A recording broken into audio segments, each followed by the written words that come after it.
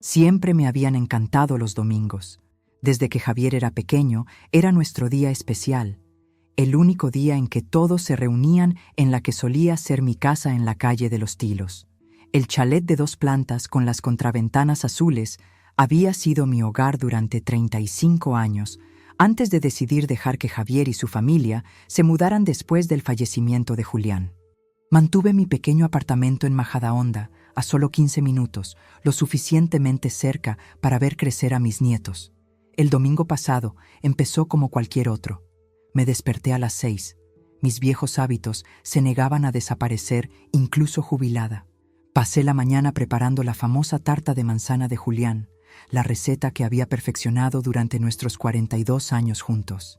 La cocina de mi apartamento no era nada especial, pero me las arreglé, mis manos temblando ligeramente mientras pelaba las manzanas Granny Smith. La artrosis empeoraba en mañanas frías como esta. A las 11 ya estaba entrando en su calle, sosteniendo la tarta en mi regazo mientras recogía mi bolso y los pequeños regalos que había traído para Lucía y el pequeño Mateo. Solo libros que había comprado en la tienda de segunda mano de la avenida del parque, pero que normalmente les encantaban. La puerta principal estaba sin cerrar, como siempre, así que entré, saludando con un alegre «Hola», mientras me dirigía a la cocina. La casa olía diferente. No había asado en el horno ni patatas cociendo. Sofía, mi nuera, estaba sentada en la isla de la cocina mirando su móvil. Apenas levantó la vista. «Ah, Carmen, no te esperábamos tan pronto». Pero no era pronto. Era la misma hora a la que llegaba cada domingo desde hacía 5 años. «¿Dónde están los niños?», pregunté, dejando la tarta en la encimera. Noté platos apilados en el fregadero, correo esparcido por la mesa. Esto no era propio de Sofía, que normalmente mantenía todo en perfecto orden. En el jardín con sus amigos han venido los Jiménez. No conocía a los Jiménez, vecinos nuevos quizás. Asentí y empecé a sacar mis cosas, cogiendo el servidor de tartas del cajón donde siempre había estado. «¿Qué haces?». La voz de Sofía tenía un matiz cortante. «Preparando las cosas para comer», dije, confundida por su tono. «Ya hemos comido». Las palabras me golpearon como una bofetada. «Ah, ya veo». Intenté mantener la voz firme. «Bueno, podemos tomar la tarta de postre entonces». Sofía suspiró, dejando finalmente el móvil. «Mira, Carmen, creo que ha habido un malentendido. No habíamos planeado comida familiar hoy. Javier ha estado muy estresado en el trabajo y solo queríamos un día tranquilo». Antes de que pudiera responder, Javier entró, su 1,90 m de estatura, llenando el marco de la puerta. Mi hijo tenía la complexión de Julián, pero nada de su calidez. Últimamente lo había notado más distante, pero lo había atribuido a la presión del trabajo. Era auditor en una gestoría en el centro de Madrid, con 1 hora de trayecto de ida y otra de vuelta. «¿Mamá?». Su voz era tensa. «¿Qué haces aquí?». «Es domingo», dije simplemente, como si eso lo explicara todo. Y durante los últimos 5 años, así había sido. Intercambió una mirada con Sofía que me revolvió el estómago. «No te habíamos invitado esta semana». «Nunca tenéis que invitarme», reí, pero sonó hueco incluso para mis oídos. «Es la comida familiar del domingo. Es nuestra tradición». «Era», me corrigió. «Las cosas cambian, mamá. Necesitamos nuestro espacio. Los niños necesitan su espacio». Les miré, un sentimiento frío extendiéndose por mi pecho.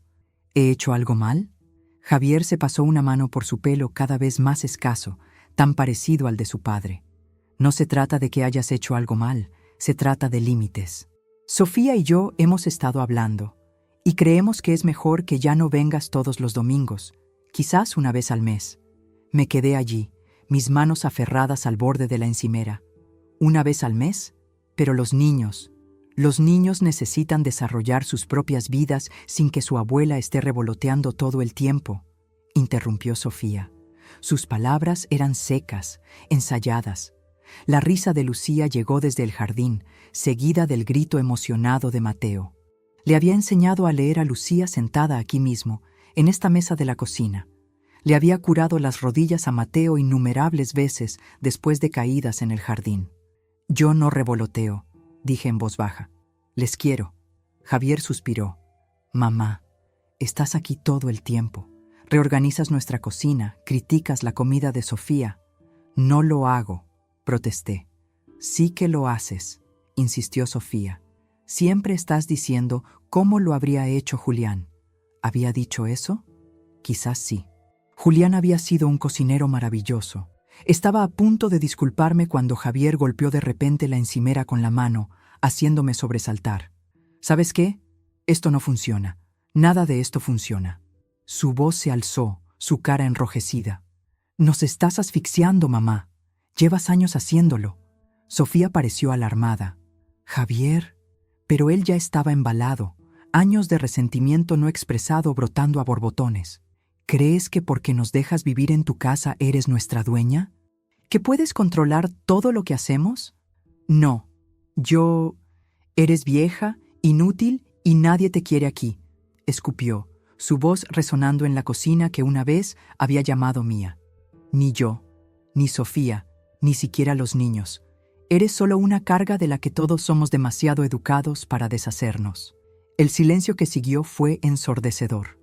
Me quedé helada, mi corazón martilleando contra mis costillas.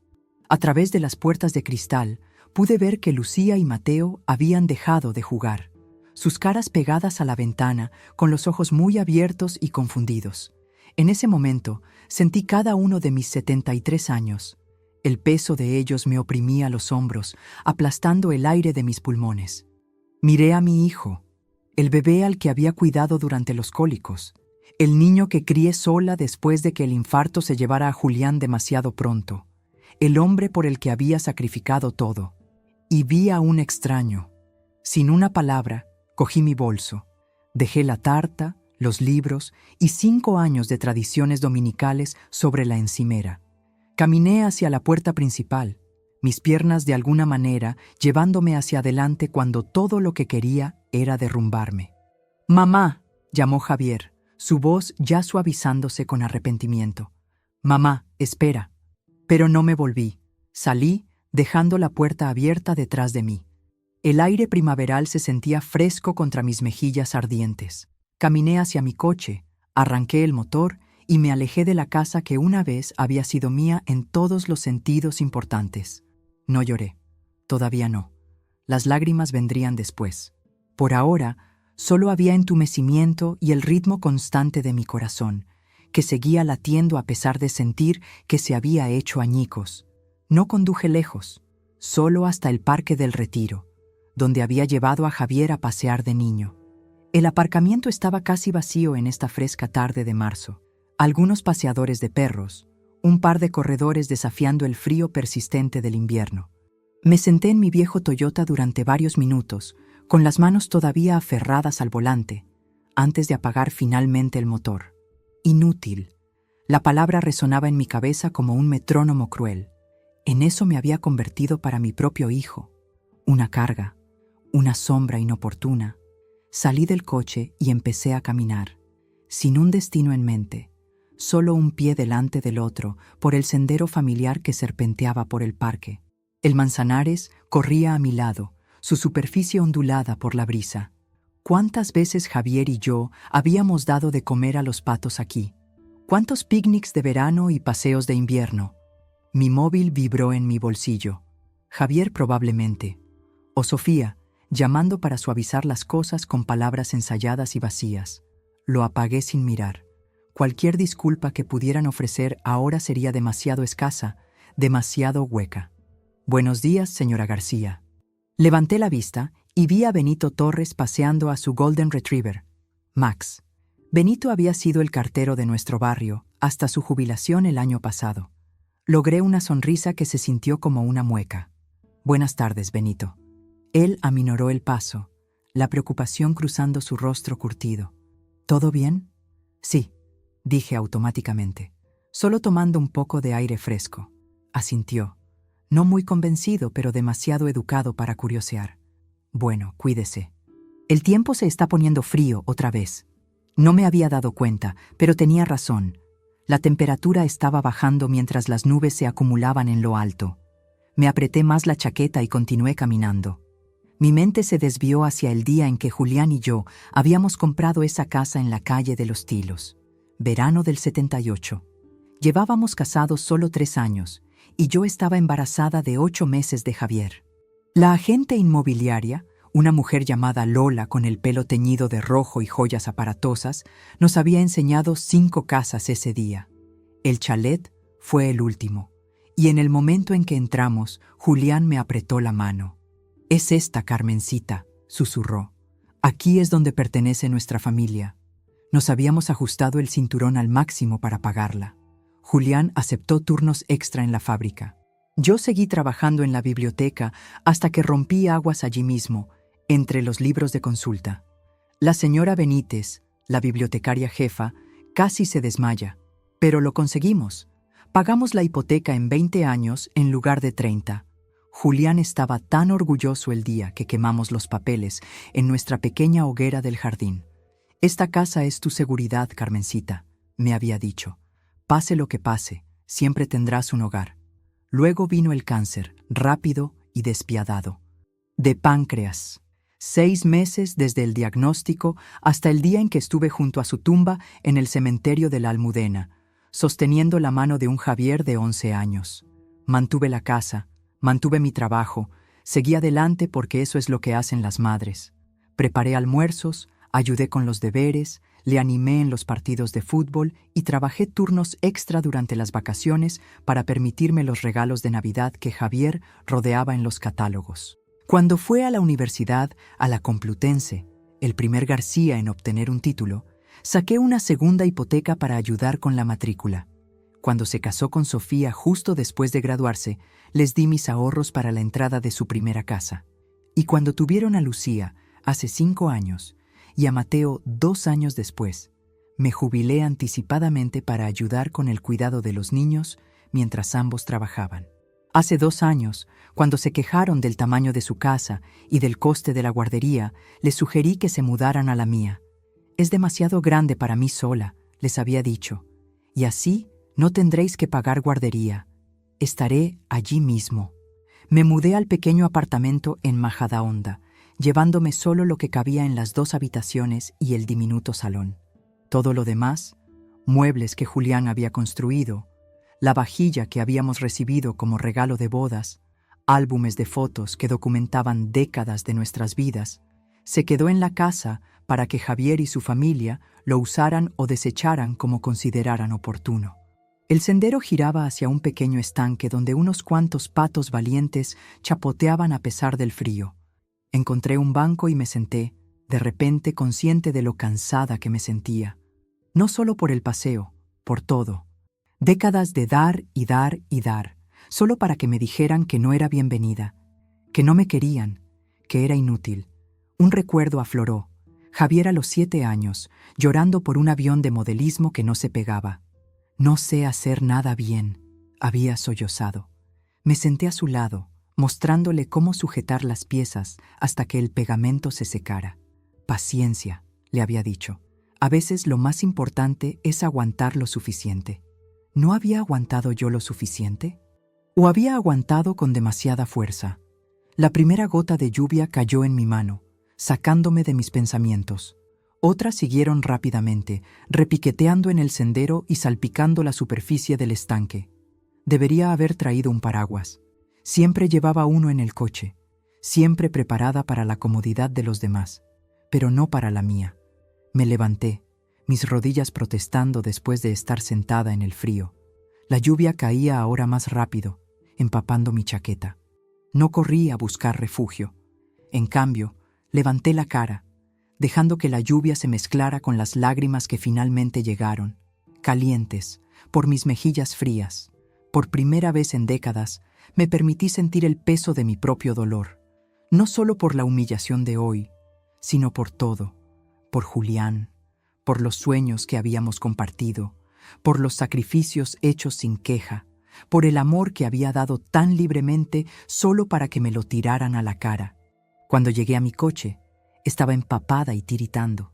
Me senté en el asiento del conductor, con un charco de agua formándose debajo de mí, y puse la calefacción al máximo. Mi móvil seguía apagado. No estaba lista para escuchar excusas o disculpas a medias. No estaba lista para fingir que las palabras dichas con ira podían borrarse con palabras dichas por culpa.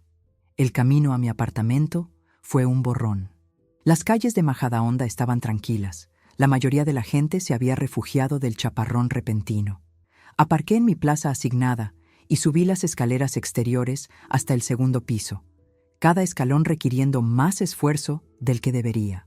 Dentro, me quité la ropa mojada y me envolví en la colcha que la madre de Julián había hecho para nuestra boda. Me senté en la oscuridad de mi salón, escuchando la lluvia contra las ventanas y el ocasional retumbar de un trueno en la distancia. En ese momento de quietud, algo cambió dentro de mí. El dolor seguía ahí, crudo y punzante, pero a su lado crecía algo más duro, más afilado, determinación.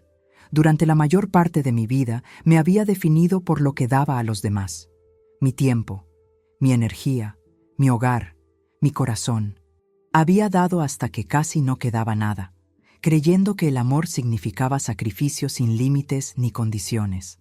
Pero mientras estaba sentada allí, envuelta en mi historia y goteando agua de lluvia sobre la alfombra gastada, me di cuenta de que había una cosa que aún no me había dado a mí misma: el permiso para ponerme en primer lugar. Pensé en la casa de la calle de los Tilos, mi casa, la que Julián y yo habíamos ahorrado y sacrificado para tener, la que todavía poseía, legalmente, aunque había permitido que Javier y su familia vivieran allí como si fuera suya. La claridad llegó con el siguiente relámpago. Reclamaría lo que era mío, no por venganza, sino por autopreservación, por respeto a la vida que Julián y yo habíamos construido, por la simple verdad de que merecía algo mejor que ser descartada por mi propio hijo. El trueno que siguió pareció sellar mi decisión. Mañana empezaría. Pero esta noche me permitiría llorar por lo que se había perdido. Y luego encontraría la fuerza para construir algo nuevo a partir de los escombros.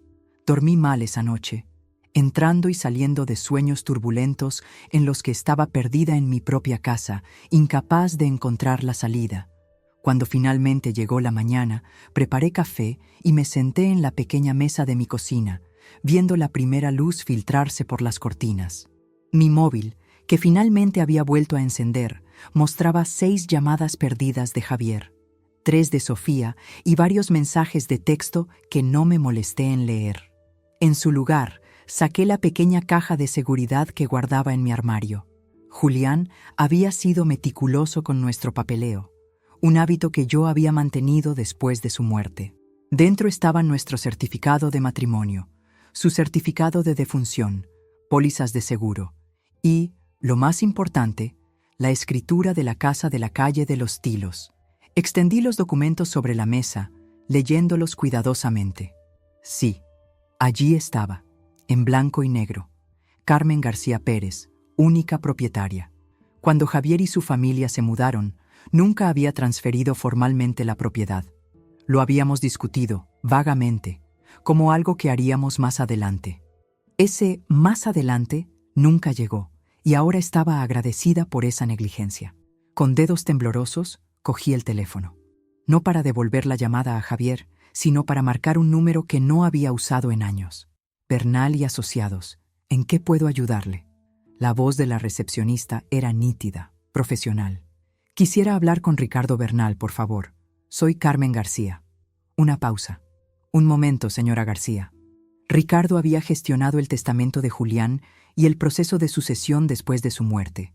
Había sido minucioso y amable, explicándome todo en términos que pude entender durante esa neblina de dolor. Carmen, ¿cuánto tiempo? Su voz era exactamente como la recordaba, cálida, con ese ligero acento madrileño que redondeaba sus vocales. ¿Qué puedo hacer por ti hoy? Necesito consejo legal, Ricardo, sobre mi casa. Por supuesto. ¿Quieres venir a la oficina? Tengo un hueco a las 11 esta mañana. Miré el reloj. 9:30. Sería perfecto. Excelente, te veo entonces. Me vestí con esmero, eligiendo ropa que me hacía sentir fuerte. Un traje de pantalón azul marino que había usado en las reuniones del patronato de la biblioteca, tacones bajos, los pendientes de perlas que Julián me había regalado por nuestro 25º aniversario. Me puse pintalabios, algo que rara vez hacía últimamente, y me miré en el espejo. La mujer que me devolvía la mirada tenía el pelo plateado cortado en un bob práctico, líneas alrededor de los ojos y la boca, y una determinación en la mandíbula que me recordaba sorprendentemente a mi propia madre. Antes de irme, llamé a Rosa, mi vecina de enfrente. No éramos amigas íntimas, pero nos cuidábamos mutuamente como lo hacen las personas que viven solas. Rosa, soy Carmen. Me preguntaba si podrías hacerme un favor. Si alguien viene a buscarme, concretamente mi hijo, ¿te importaría no decirles a dónde he ido? Hubo una pausa. ¿Está todo bien, Carmen? Lo estará, dije, sorprendiéndome a mí misma por la certeza en mi voz. Solo necesito un poco de tiempo sin interrupciones. No se hable más, respondió Rosa. Por lo que a cualquiera le interese, hace días que no te veo. Gracias. Las oficinas de Bernal y Asociados ocupaban el tercer piso de un edificio de ladrillo rojo en el centro de Majadahonda. Siempre me había gustado la sensación de solidez del lugar, los paneles de madera oscura, el olor a cuero y papel que hablaba de permanencia y estabilidad. La recepcionista, más joven que la que había hablado por teléfono, con unas gafas de montura azul brillante, sonrió al acercarme. «Señora García, el señor Bernal la está esperando. Por aquí, por favor». Ricardo se levantó cuando entré en su despacho, rodeando su escritorio para saludarme con un apretón de manos que se convirtió en un breve abrazo. «Carmen, qué alegría verte. Aunque debo decir que pareces una mujer con una misión». Sonreí tensamente. Eso es exactamente lo que soy. Una vez sentada, le expliqué la situación, los años de entrega, el acuerdo con la casa y, finalmente, las crueles palabras que habían roto algo fundamental entre mi hijo y yo. Ricardo escuchó sin interrupción, su expresión suavizándose con simpatía, pero sus ojos agudos y evaluadores. Cuando terminé, se reclinó en su silla. A ver si lo he entendido bien. Eres la propietaria de la casa en su totalidad. Has permitido que tu hijo y su familia vivan allí sin pagar alquiler durante 2 años. No hay ningún acuerdo formal, ni transferencia de propiedad, ni contrato de arrendamiento. ¿Es correcto? Asentí. Así es. ¿Y ahora quieres? Quiero recuperar lo que es mío, dije simplemente. Quiero que se vayan de mi casa. Ricardo juntó las yemas de los dedos. Legalmente, tienes todas las de ganar. Como propietaria, tienes derecho a desalojarlos. Sin embargo, como son familiares que han vivido allí con tu permiso, tendríamos que seguir los procedimientos de desahucio adecuados. En España, eso significa notificarles con un plazo razonable. ¿Cuánto tiempo? Normalmente, 30 días. Asentí lentamente. ¿Y si quisiera vender la casa? Sus cejas se arquearon ligeramente. Desde luego, es tu derecho. Aún tendrías que desalojarlos primero, a menos que encuentres un comprador dispuesto a adquirirla con inquilinos, lo que probablemente bajaría el precio de venta. Ya veo. Giré mi anillo de bodas, un hábito que nunca había perdido incluso después de 15 años de viudedad. ¿Cuál es el proceso? Durante la siguiente hora, Ricardo me explicó los procedimientos legales, los requisitos de la notificación formal, la presentación en el juzgado si fuera necesario, el cronograma que podíamos esperar. Luego llamó a una pasante llamada Diana, que tomó notas mientras Ricardo dictaba el contenido de la notificación de desahucio. «Tendremos esto listo para tu firma mañana», dijo. «Una vez que firmes, podemos entregar la notificación nosotros mismos. No necesitarás estar presente». El nudo en mi estómago se aflojó ligeramente. Eso sería lo mejor. Ricardo dudó. Luego preguntó con delicadeza. «Carmen, ¿estás segura de esto? Las disputas familiares pueden escalar rápidamente. Una vez que pongamos esto en marcha...» «Estoy segura», dije, sorprendida por la firmeza de mi voz. «Durante demasiado tiempo he puesto las necesidades de los demás por delante de las mías.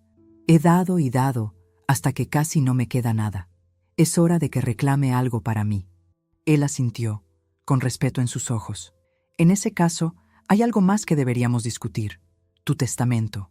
Mi testamento. No había pensado en él en años. Después de la muerte de Julián, lo había actualizado para dejarle todo a Javier, incluida la casa. «Sí», dije lentamente. «Eso también tiene que cambiar».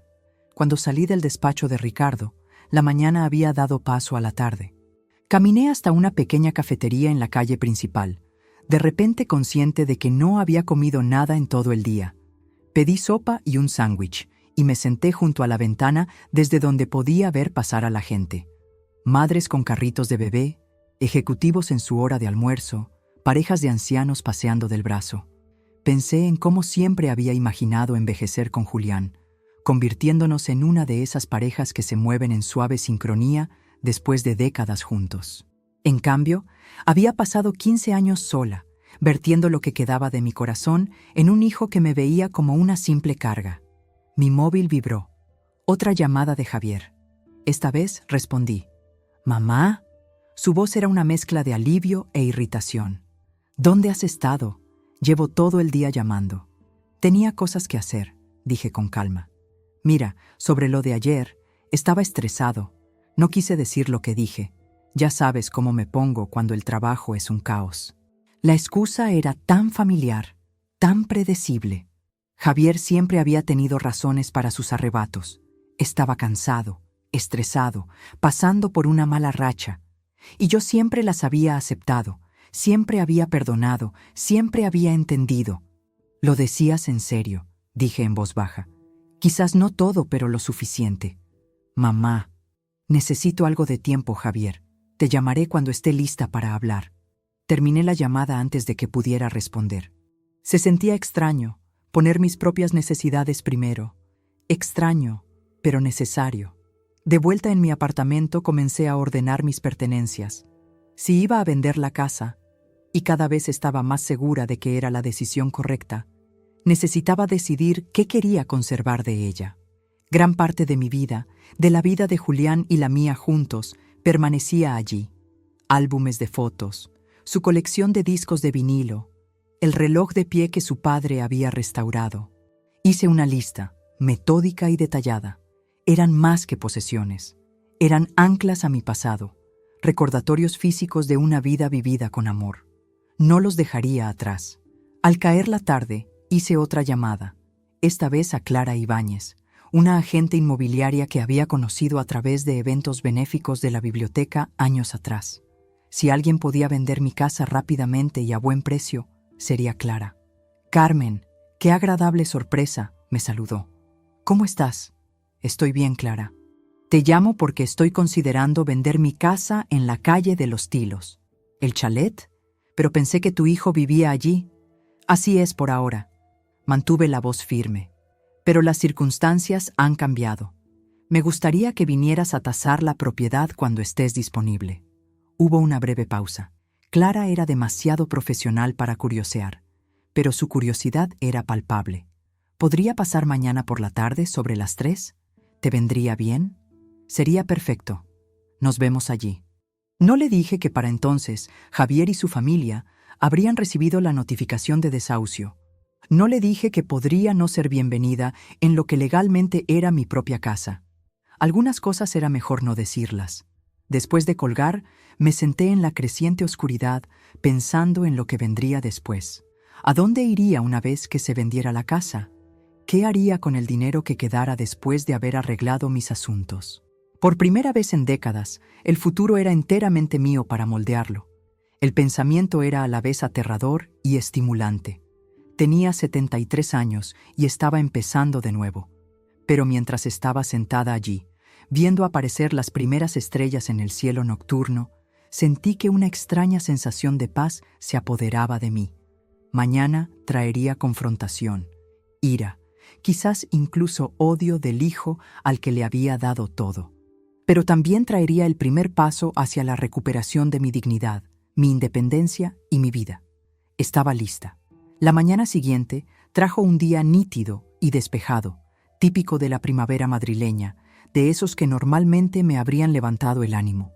Siempre me había encantado la transición del invierno a la primavera en Castilla, la forma en que el aire se suavizaba y traía promesas de renovación.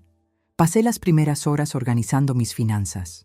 Mi pensión de la biblioteca no era sustancial, pero combinada con el seguro de vida de Julián y mi pensión de la seguridad social, tenía suficiente para vivir cómodamente si era cuidadosa. La venta de la casa proporcionaría seguridad adicional, un colchón que me permitiría opciones que no había considerado en años. Mi teléfono permaneció en silencio. Ninguna llamada de Javier. Me pregunté si se había rendido o simplemente estaba esperando a que yo me pusiera en contacto primero, como siempre había hecho después de nuestras discusiones. El pensamiento trajo una punzada de tristeza, pero también reforzó mi resolución. El patrón tenía que romperse en algún momento. Exactamente a las 10 en punto sonó el timbre. Ricardo estaba allí con Diana, ambos vestidos con atuendo formal de negocios. «Buenos días, Carmen», dijo Ricardo, su voz suave pero profesional. «Tenemos la documentación lista». Los invité a pasar, ofreciéndoles un café que cortésmente declinaron. En la mesa de mi cocina, Ricardo extendió varios documentos. «Esta es la notificación formal de desahucio», explicó, señalando la primera página. «Les da 30 días para desalojar la propiedad. Este segundo documento revoca cualquier permiso implícito para que ocupen la propiedad. Y esto», golpeó un tercer papel, «es una carta que aclara que eres la única propietaria y que no has hecho promesas ni acuerdos sobre la futura propiedad». Leí cada documento cuidadosamente. El lenguaje legal era frío, impersonal, un marcado contraste con las cálidas cenas familiares y celebraciones navideñas que esa casa había presenciado. Pero era necesario. «Entregaremos esto hoy», dijo Ricardo mientras firmaba la última página. «¿Hay algo específico que quieras que digamos si tienen preguntas?» Pensé por un momento. «Diles que toda comunicación debe pasar por ti de ahora en adelante». Ricardo asintió, entendiendo el peso de esa decisión. «¿Y qué hay de tus pertenencias personales que todavía están en la casa? ¿Quieres que abordemos eso?» «De eso me encargaré por separado», dije. «Hay cosas que quiero recuperar antes de que se vayan». Después de que se fueran, me senté en el silencio de mi apartamento, sintiéndome extrañamente vacía. Lo que acababa de poner en marcha lo cambiaría todo, no solo para mí, sino también para Lucía y Mateo. El pensamiento de mis nietos trajo un nuevo dolor.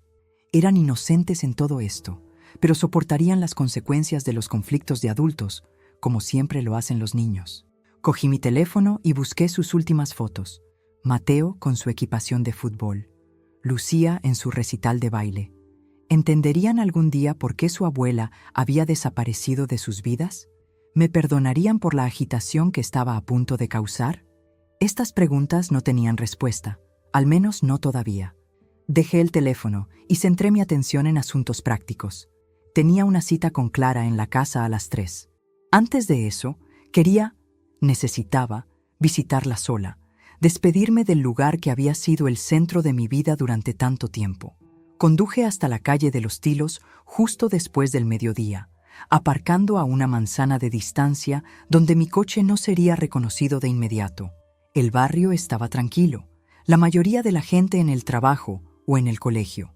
Caminé lentamente hacia el chalet, contemplando las vistas familiares, el impecable jardín delantero de la señora Domínguez, la canasta de baloncesto de los Hernández, el roble de la esquina donde Javier se había caído y roto el brazo cuando tenía 10 años. La casa parecía diferente de alguna manera, como si mi perspectiva cambiada hubiera alterado su apariencia física. Las contraventanas azules necesitaban una mano de pintura. Los escalones de la entrada tenían una grieta que no había notado antes.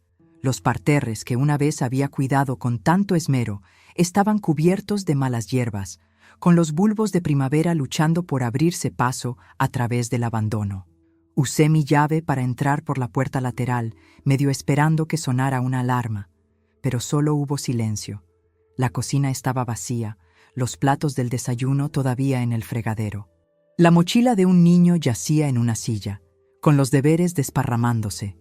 De Mateo, probablemente. Los comentarios de su profesor eran visibles en una hoja de ejercicios de matemáticas. Me moví por la casa como un fantasma, sin tocar nada, sin perturbar nada. En el salón, nuestras viejas fotos familiares habían sido reemplazadas por fotos de la familia de Javier. Vacaciones, fiestas, retratos escolares.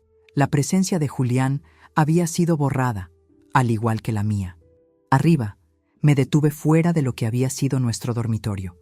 Ahora pertenecía a Javier y Sofía. No pude obligarme a entrar. En cambio, Me dirigí a la pequeña habitación al final del pasillo, el estudio de Julián, donde pasaba las tardes trabajando en las cuentas del hogar o leyendo sus amados libros de historia.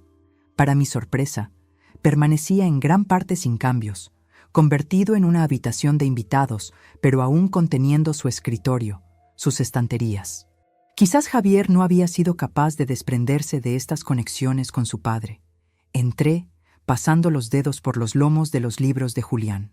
Historias de la guerra civil, biografías de políticos, las obras completas de Galdós que había coleccionado durante décadas. Esto, al menos, lo reclamaría. En el cajón inferior de su escritorio, encontré lo que buscaba. Una pequeña caja de madera que contenía el reloj de bolsillo de Julián, las condecoraciones del servicio militar de su abuelo y las cartas que habíamos intercambiado durante nuestro breve noviazgo. Cogí la caja, guardándola en mi bolso. Nadie la echaría de menos. Probablemente nadie recordaba que estaba allí. Mientras me preparaba para irme, oí un coche en la entrada. Un rápido vistazo por la ventana confirmó mi temor. Sofía estaba en casa. Me moví rápida pero silenciosamente por las escaleras traseras, saliendo por la puerta de la cocina justo cuando oí su llave en la cerradura principal.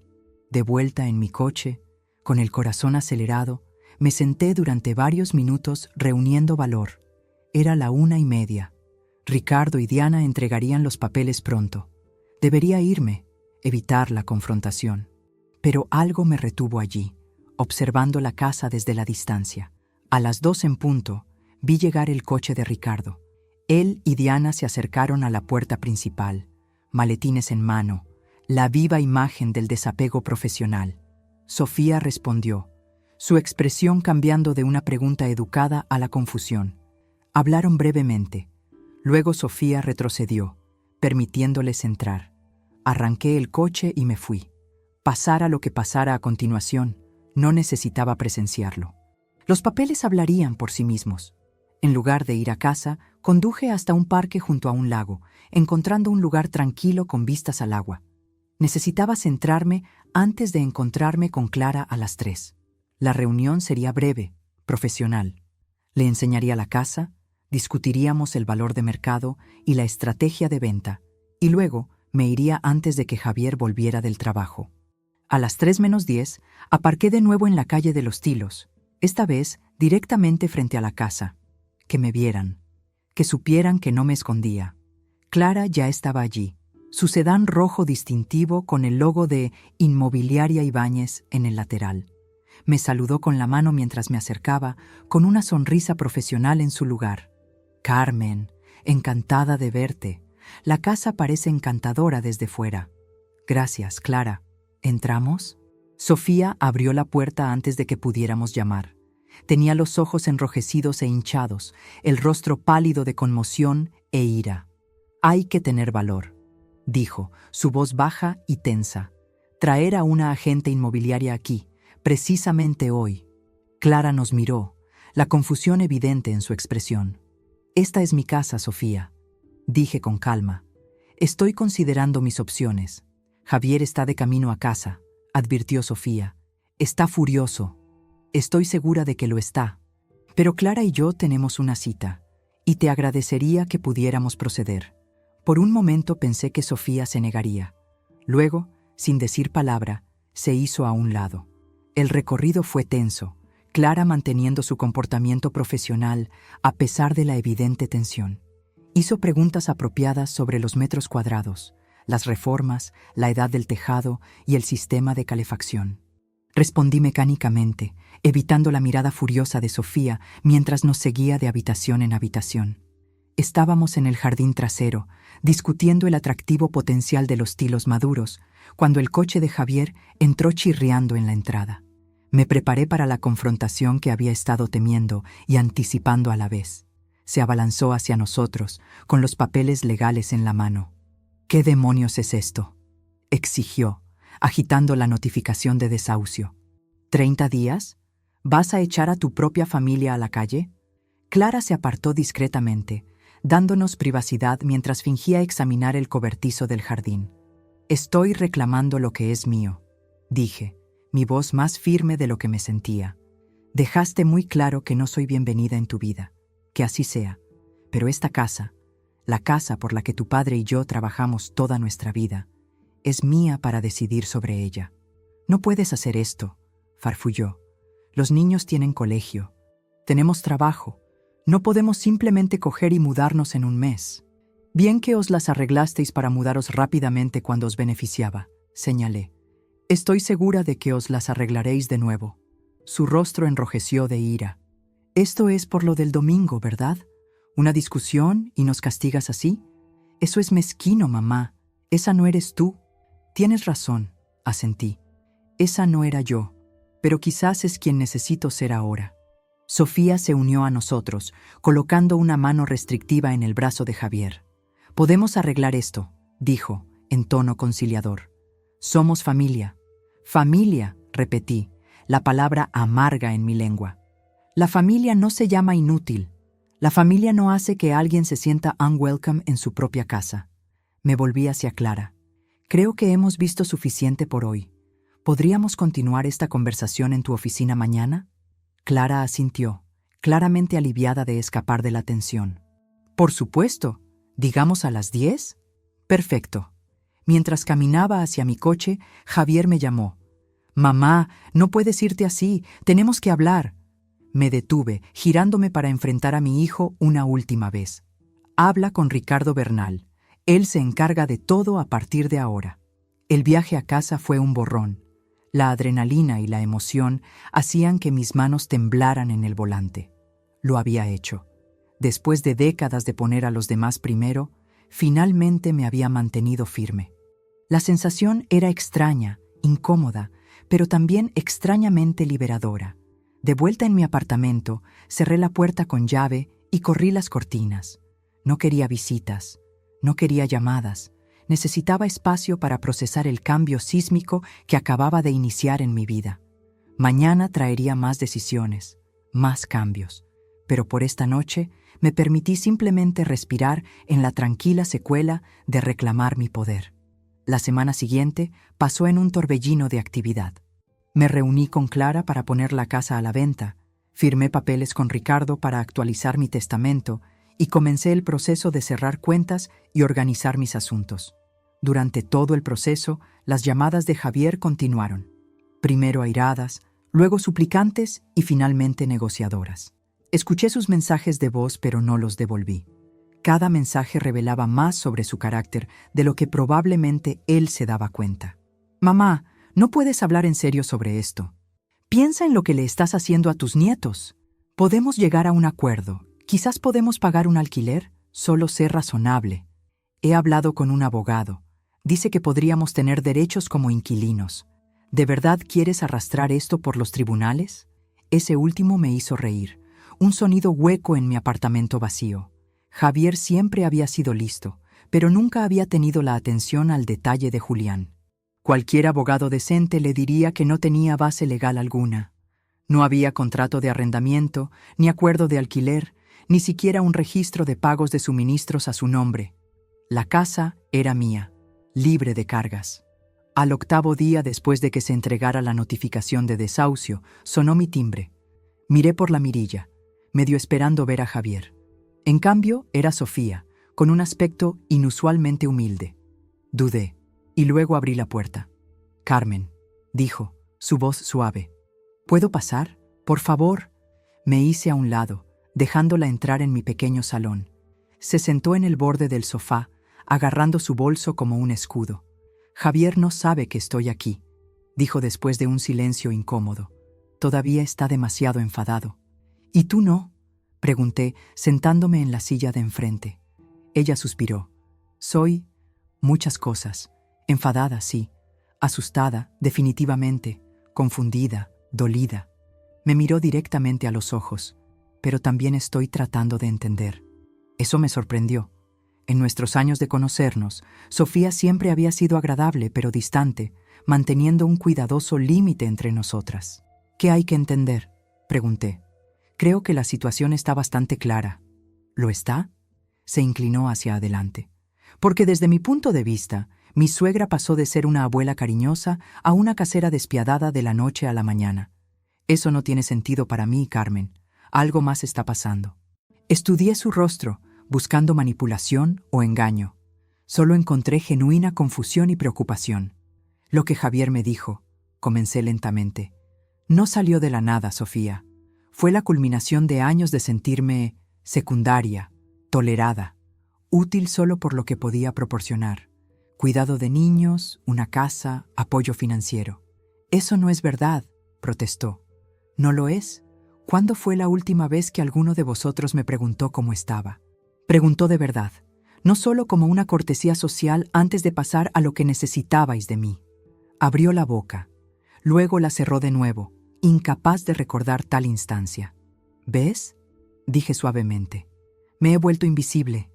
Y cuando Javier me llamó inútil, cuando dijo que nadie me quería allí, solo estaba diciendo en voz alta lo que vuestras acciones me han estado diciendo durante años. Los ojos de Sofía se llenaron de lágrimas. Lo siento, susurró. Hemos estado tan envueltos en nuestras propias vidas, nuestros propios problemas.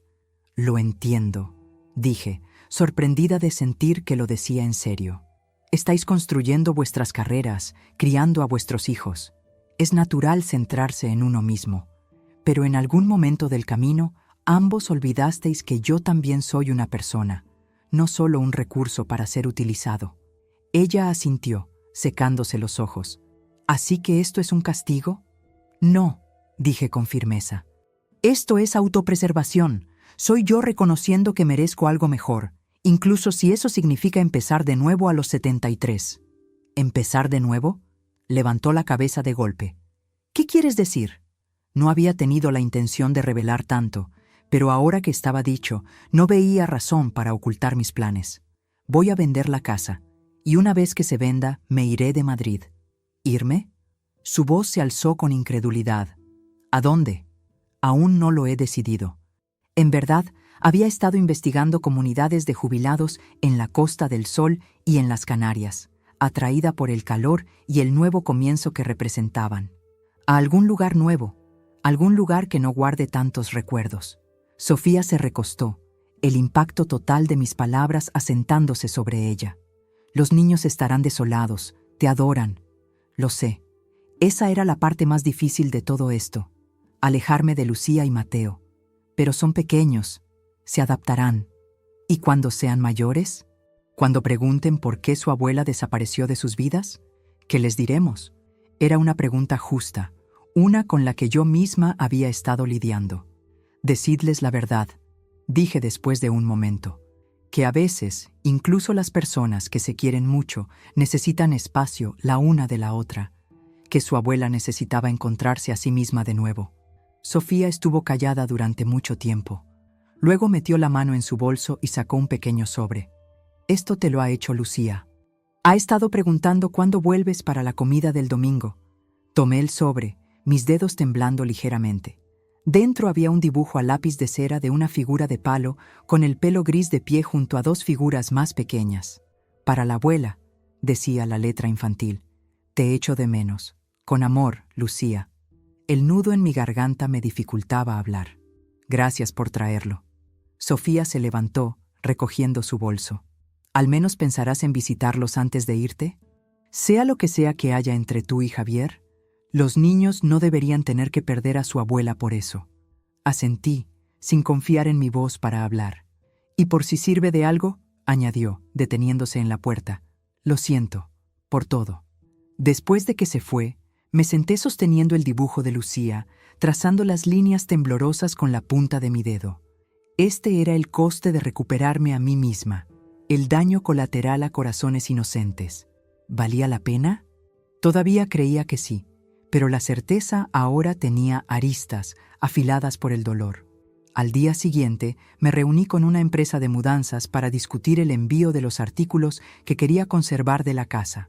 Proporcioné una lista detallada: los libros de Julián, los álbumes de fotos familiares, piezas específicas de mobiliario con valor sentimental. El gerente, un hombre de rostro amable llamado Ron, me aseguró que podían encargarse de todo. Necesitaremos acceso a la propiedad, explicó. ¿Será un problema? No, dije. Todavía tengo llaves, pero preferiría programarlo para cuando no haya nadie en casa. Ron asintió, comprendiendo sin necesidad de detalles. Podemos hacerlo a primera hora de la mañana si te va mejor. La mayoría de las familias salen corriendo al trabajo y al colegio entonces. Fijamos una fecha para la semana siguiente. Extendí un cheque para el depósito, otra pieza de mi futuro encajando en su lugar. Esa noche recibí un mensaje de un número desconocido. Era una foto de Mateo con un uniforme de fútbol, sonriendo orgulloso con un trofeo en sus manos. Ningún mensaje la acompañaba, solo la imagen. Un minuto después llegó otro mensaje. Hoy ha marcado su primer gol. Pensé que querría saberlo. Sofía. Guardé la foto y luego, con vacilación, escribí: Gracias, por favor, dile que estoy muy orgullosa de él. Aparecieron 3 puntos. Desaparecieron y volvieron a aparecer. Finalmente, pregunta por ti todos los días.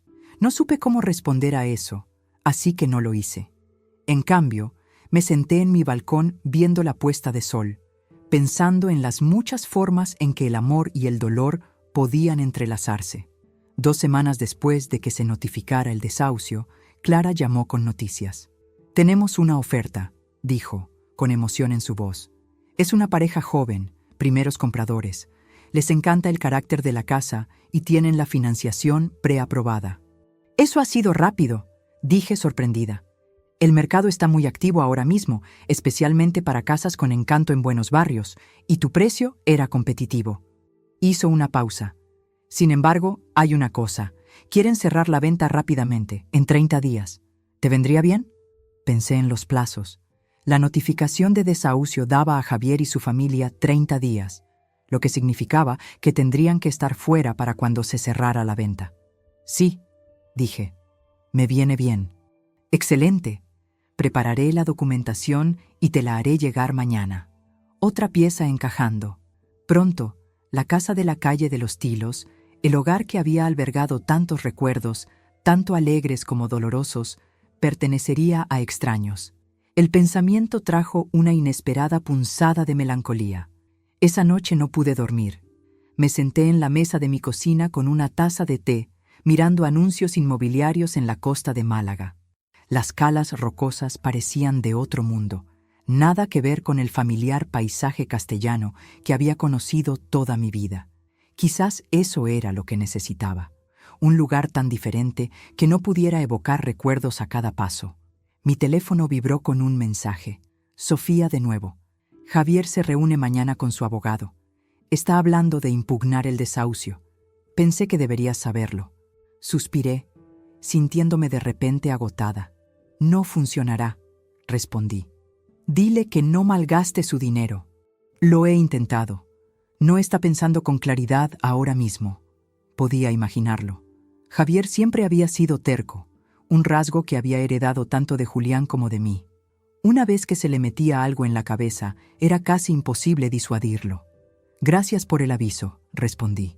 Al día siguiente, llamé a Ricardo para avisarle del posible desafío legal de Javier. No le preocupó.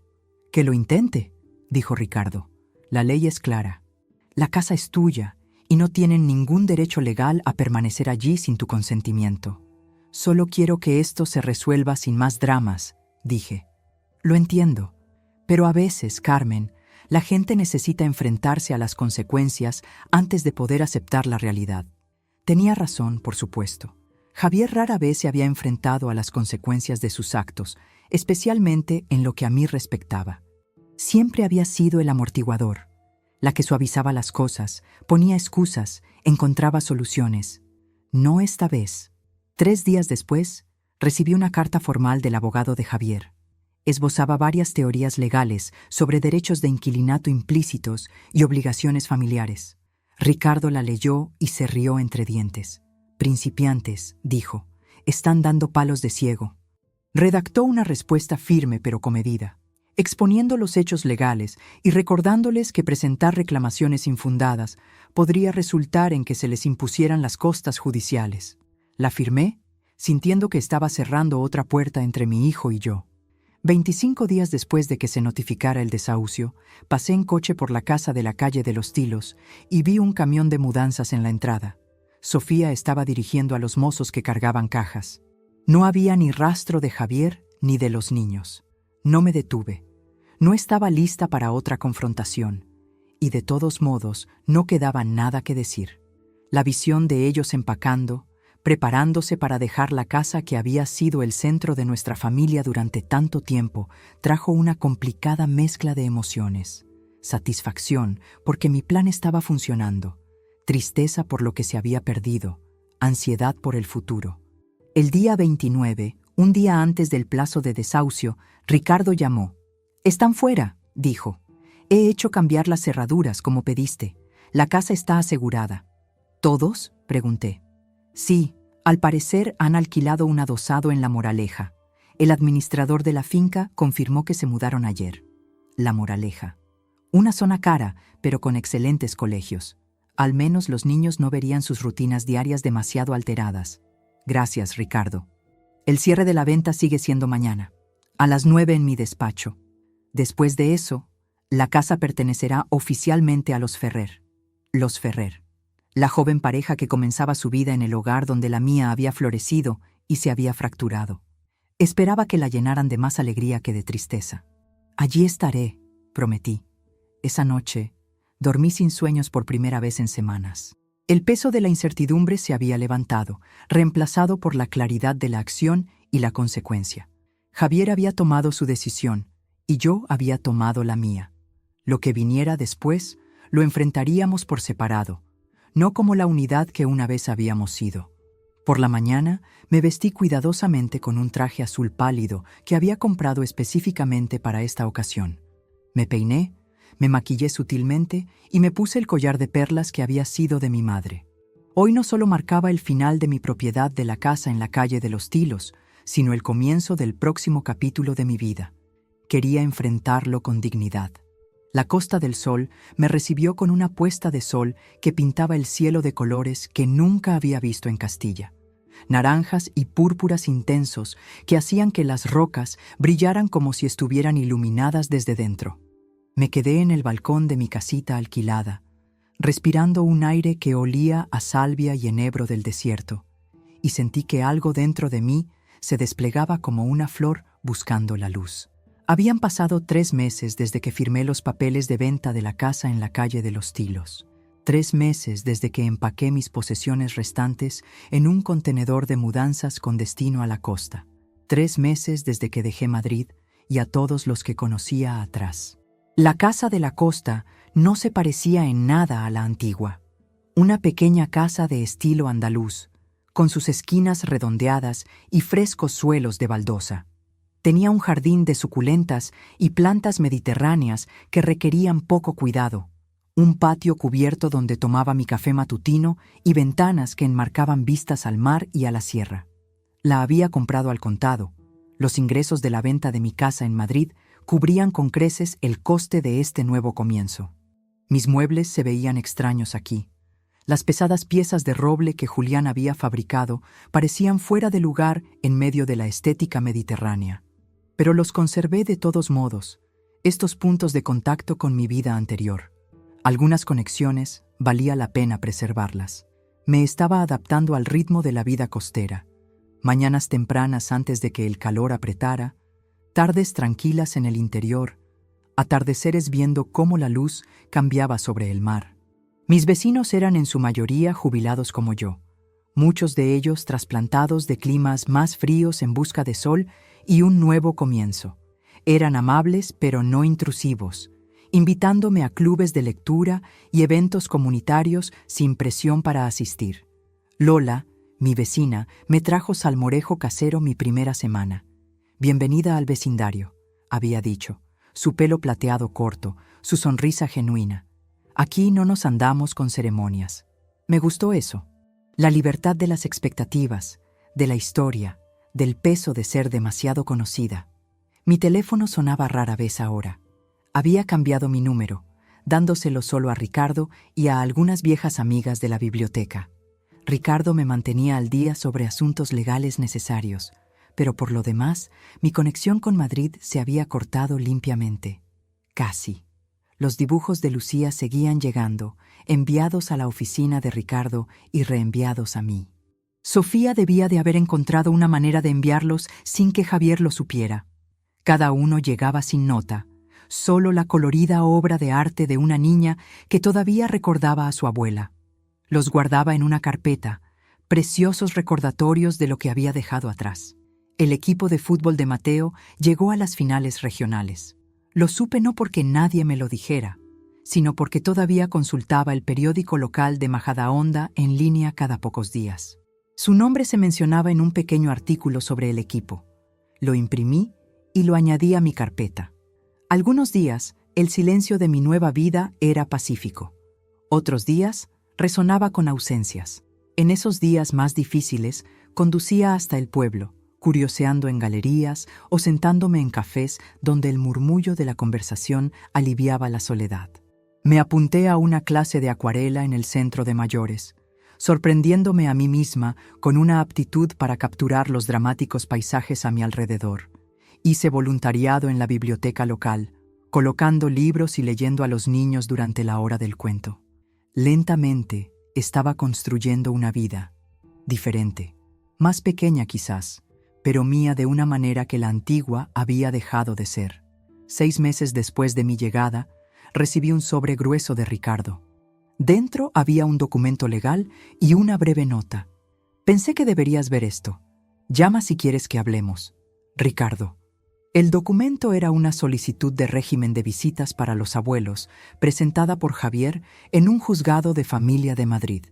Buscaba una orden judicial para establecer un contacto regular entre mis nietos y yo. Citaba la relación significativa que había tenido con Lucía y Mateo, y argumentaba que mi abrupta desaparición de sus vidas era perjudicial para su bienestar emocional. Me senté en mi patio, leyendo y releyendo la petición mientras el sol se ponía detrás de las montañas. Un colibrí revoloteaba entre mis cactus en flor, sus alas un borrón de movimiento demasiado rápido para seguirlo. La vida continuaba, siempre avanzando. No me esperaba esto. Había pensado que Javier sería demasiado orgulloso, demasiado enfadado para contactarme de ninguna manera. Sin embargo, aquí estaba la prueba de que todavía me quería en la vida de sus hijos, incluso si tenía que usar los tribunales para conseguirlo. Esa noche llamé a Ricardo por primera vez en meses. ¿Qué piensas?, pregunté, después de intercambiar cumplidos. Pienso, dijo con cuidado, que esta es la forma de Javier de tender una rama de olivo. ¿Tomando acciones legales? Reconociendo que eres importante para sus hijos, que tu ausencia ha dejado un vacío en sus vidas. Consideré esto. ¿Puede obligarme a verlos? No, me aseguró Ricardo. La ley española otorga a los abuelos ciertos derechos para solicitar visitas, pero solo bajo circunstancias específicas. Y aún así, el tribunal no puede obligarte a mantener una relación si decides no hacerlo. Pero Carmen, su voz se suavizó. ¿Es eso lo que quieres? ¿Cortar los lazos por completo? La pregunta quedó suspendida en el aire entre nosotros, cruzando los miles de kilómetros desde su despacho hasta mi casa en la costa. No lo sé, admití finalmente. Los echo de menos, todos los días. Pero no sé si puedo volver a enfrentarme a Javier. No tendrías que hacerlo, necesariamente. Se podrían hacer arreglos. Después de colgar, salí a la noche. Las estrellas aquí eran brillantes, sin la contaminación de las luces de la ciudad, abarcando el cielo en un dosel resplandeciente. Pensé en Lucía y Mateo creciendo sin mí. Pensé en los cumpleaños que me perdería, las actuaciones escolares, las graduaciones. Pensé en cómo podrían recordarme. La abuela que desapareció sin explicación, que eligió su orgullo por encima de su amor por ellos. ¿Era ese realmente el legado que quería dejar? A la mañana siguiente llamé a Sofía. Su sorpresa al oír mi voz fue audible. «¿Carmen? ¿Eres tú de verdad?» «Soy yo», confirmé. «Recibí los papeles del juzgado». Ella suspiró. Le dije que no hiciera eso, que solo empeoraría las cosas. «Quizás no», dije, sorprendiéndome a mí misma con las palabras. «Quizás es hora de que hablemos sobre cómo seguir adelante». Hubo una larga pausa. «¿Estás diciendo que quieres ver a los niños?» «Estoy diciendo que estoy abierta a discutirlo. En mis términos. Javier será difícil», advirtió. «Javier siempre ha sido difícil», dije, y fui recompensada con una pequeña risa de Sofía. Pero esto no se trata de él. Se trata de Lucía y Mateo. Hablamos durante más de 1 hora, poniéndome al día sobre la vida de los niños, la nueva pasión de Lucía por el fútbol, el continuo éxito de Mateo en el mismo deporte, su adaptación a la nueva casa y al nuevo colegio. Me envió fotos mientras hablábamos, imágenes apareciendo en mi teléfono de caras sonrientes que había extrañado más de lo que me había permitido admitir. Preguntan por ti, dijo Sofía. Todo el tiempo. ¿Dónde fuiste? ¿Cuándo vas a volver? ¿Qué les dices? Que necesitabas unas vacaciones, que todavía los quieres mucho. Hizo una pausa. ¿Me equivoqué al decir eso? No, dije suavemente. No te equivocaste. Hicimos planes tentativos. Iría a Valencia en primavera, un territorio neutral donde podríamos reunirnos sin la carga de ninguna de las casas sobre nosotros. Sofía llevaría a los niños un fin de semana, solo nosotros tres al principio. Javier se mantendría alejado hasta que todos decidiéramos si y cuándo él y yo estábamos listos para enfrentarnos. No era una solución perfecta, pero era un comienzo. Un reconocimiento de que algunos lazos, una vez formados, pueden doblarse pero no tienen por qué romperse por completo. Después de la llamada, me senté en mi patio viendo cambiar la luz sobre el mar, sintiéndome más ligera de lo que me había sentido en meses. Pensé en las elecciones, las que me habían traído aquí y las que darían forma a lo que viniera después. Había elegido defenderme cuando las crueles palabras de Javier destrozaron la ilusión que había mantenido sobre nuestra relación. Había elegido reclamar mi hogar y mi dignidad cuando décadas de dar me habían dejado agotada y dada por sentada. Había elegido empezar de nuevo en este hermoso y extraño paisaje donde nadie me conocía como la madre o abuela de nadie, solo Carmen, una mujer con el pelo plateado y talento para la acuarela. Y ahora estaba eligiendo abrir una puerta que había pensado cerrada permanentemente. No del todo, todavía no, pero lo suficiente como para dejar que la posibilidad de reconciliación se colara. La vida estaba aprendiendo a los 73. No se trataba de grandes gestos o decisiones finales. Se trataba de pequeños ajustes, recalibraciones constantes a medida que salía a la luz nueva información. Se trataba de mantenerse firme donde importaba y ceder donde el amor lo requería. Esa tarde, comencé una carta para Lucía y Mateo. No una explicación o una disculpa, sino un puente, contándoles sobre la costa, los delfines que a veces se veían desde la orilla, las acuarelas que estaba aprendiendo a pintar. Les dije que los echaba de menos. Les dije que los vería pronto. Les dije que el amor de verdad, a veces necesita espacio para hacerse más fuerte. Mientras el sol se ponía, pintando el cielo de colores que ningún atardecer castellano podría igualar, sellé el sobre. Mañana se lo enviaría a Sofía. Otro pequeño paso adelante en este camino inesperado. Ya no era solo la viuda de Julián o la madre de Javier. Era Carmen García, con 73 años recién cumplidos, empezando de cero en la costa. Era una mujer que había encontrado el valor para marcharse cuando quedarse significaba perderse a sí misma. Era una abuela que había descubierto que la distancia podía aclarar lo que realmente importaba. Y lo que importaba, ahora lo entendía, no era la casa de la calle de los Tilos, ni los años de sacrificio, ni siquiera las crueles palabras dichas con ira. Lo que importaba era la elección que hacía cada día de vivir plenamente, de honrar mi propio valor y de amar en términos que me preservaran en lugar de disminuirme. Esa noche dormí pacíficamente bajo las estrellas, ya no atormentada por lo que había dejado atrás. En cambio, soñé con la primavera en Valencia, con pequeñas manos en las mías, con puentes cuidadosamente reconstruidos. Soñé con el próximo capítulo, el que estaba escribiendo elección a elección. El que había comenzado no cuando me alejé de la casa de mi hijo, sino cuando caminé hacia mi propia verdad. La libertad que había elegido no era la ausencia de conexión, sino la presencia de elección. El poder de decir sí y no según la sabiduría de mi propio corazón. El coraje de amar sin perderme en el proceso. Y en esa libertad había encontrado el camino a casa.